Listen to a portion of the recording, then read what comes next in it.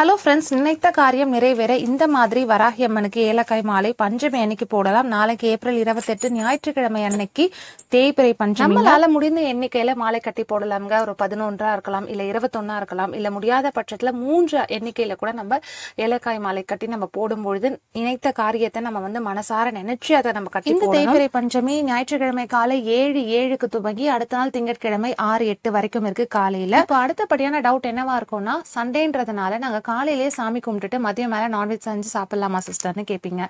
இல்லைன்னா மதியம் நான்வெஜ் செஞ்சு சாப்பிட்டுட்டு ஈவினிங் போல குளிச்சுட்டு நம்ம பஞ்சமி பூஜை செய்யலாமான்ற டவுட்ஸ் எல்லாம் வரும்.